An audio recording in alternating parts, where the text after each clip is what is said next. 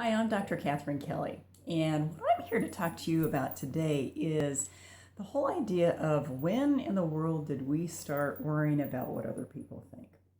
Now, it was really interesting. I'm kind of a documentary junkie, and so I was watching something recently on National Geographic about the evolution of man.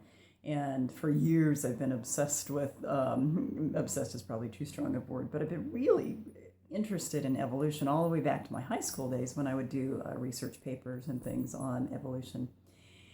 And what's fascinating to me is not only the evolution of our bodies and how we've come to be in our statures that we are, but also intellectually and cognitively, how we became the creatures that we are with these amazing brains that probably think too much at times. And so one of the things that I learned when I was watching this documentary was basically that scientists actually thought that our human brains really started working as a modernized human about 40,000 years ago. But some of the research has shown that that actually extended even further back to about 75,000 or more years ago. Because what they found in the midst of doing some of their excavations of some of these archaeological sites was that they found these little beads and lots of them. And what they discovered was that basically these beads were made into necklaces, and they were made out of shells, and they were all carved the same way. And what they came to understand really about that was that all the way 75,000 years ago, humans apparently worried or thought about what other people thought about them. Otherwise, why would they have made this jewelry? So whether it was for a show of power, whether it was a show of a clan or something else, it was still an indication that humans way back 75,000 plus years ago worried about or thought about what people thought. Now, to me, that's a really interesting construct. It's a really interesting idea because, day in, day out, I get clients coming into my office wondering, oh gosh, what are these people thinking about me? All the way into creating some really intense anxieties about what people think. And, my guess is that most people struggle with some form of what people think, whether it's a societal expectation, a parental expectation, friends, whatever it might be, work. And so I think back to, I think back to that whole idea of, gosh, over 75,000 years ago, we as humans, developing humans, even though we may or may not have had full language back then, we still wondered what other people thought. We still needed to show some sort of power or some sort of class system or something. And so what I'm curious about is how these evolutionary ideas have carried down through the generations, because many theorists think that our current day concerns or issues are actually partly constructs or what's called an archetype of something that's been passed down throughout generations. So maybe the concept that we have evolved into who we are today also means that we've brought along with us throughout the generations many of the same concerns that basically thousands and thousands and thousands of years people had. So it's a curious thought. And if that is the case, the biggest concern is, how do we break those? How do we break away from those thoughts and realize that, wait a minute, we can grow out of those needs to please others or to basically seek approval or seek power symbols or clan symbols or whatever it might be.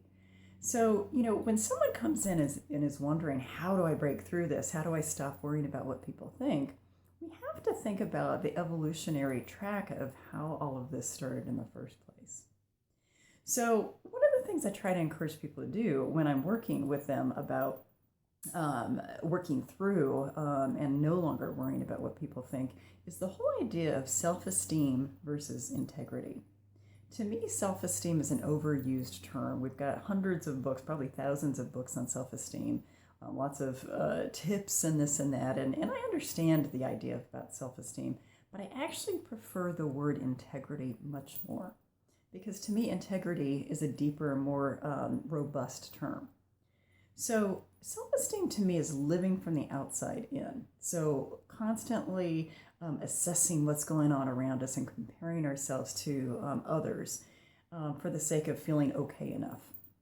And I honestly, in this world, don't know any human being who feels okay enough in all ways. In fact, that's one of the main struggles that brings folks into my office. So what I try to have them do is turn it around to the word integrity, which is living from the inside out. And I talk more about this in my book, Soul Health, because in order to have full soul health, you have to basically live from the inside out. You have to know yourself from that internal, deep, deep, deep level, be able to live aligned with those thoughts and ideas so that basically, in some ways, you don't give a hoot about what people think. It's more about what aligns with yourself. And so when I think about integrity, it's a much more, again, robust term, something that's got a lot more roots to it instead of feeling like it's the whole idea of living from that outside in. So if we have worried for over 75,000 years about what people think, how long will it take us to unlearn that?